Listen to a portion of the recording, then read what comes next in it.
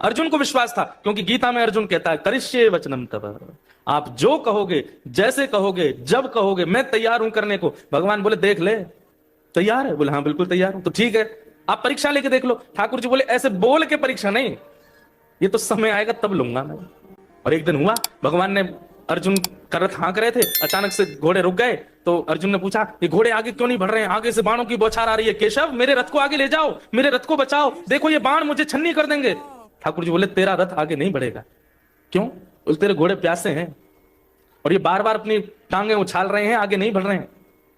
अर्जुन बोले तो अब क्या करें? बोले इनको पानी पिलाना पड़ेगा। बोले अब युद्ध मैदान के बीच में पानी कैसे पिलाऊं? बोले एक तरीका है। बोले क्या?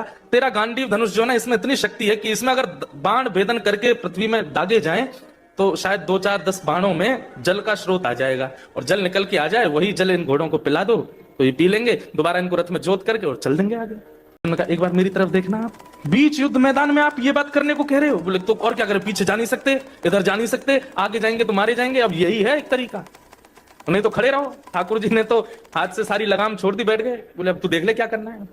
अर्जुन बोला केशव क्या करना है, आप आज्ञा करो।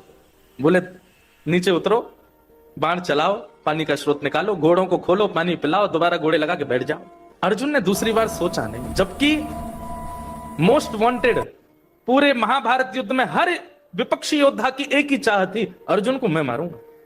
युधिष्ठिर को तू मार लियो, भीम को तू मार लियो, नकुल सहदेव तेरे चल बट में आ जाएंगे, अर्जुन तो मैं ही मारूंगा। और ये बात एक नहीं, हर आदमी कहता था। बोले नहीं नहीं अर्जुन को तो मैं मारूंगा। तीसरा नहीं नहीं अर्जुन तो मेरा है, वो अर्जुन जो सबका केंद्र बिंदु है। ठाकुर जी कहते हैं यही है, अब तो और कुछ तरीका नहीं है। तो अर्जुन ने भी दूसरी बार सोचा नहीं, तुरंत कूद पड़ा नीचे रथ से। जैसे ही बाण निकाल करके धनुष पर दाग करके पृथ्वी में भेदन करने लगा, जल का स्रोत निकाला, घोड़े खोल करके जल पिलाने लगा। इतने में ही ठाकुर जी समझ गए अब अर्जुन तुझे कोई नहीं रोक सकता युद्ध जीतने से, क्योंकि तेरा विश्वास अटल है मुझ पर, तुम मेरी कही बात पर दूसरा विचार नहीं करता।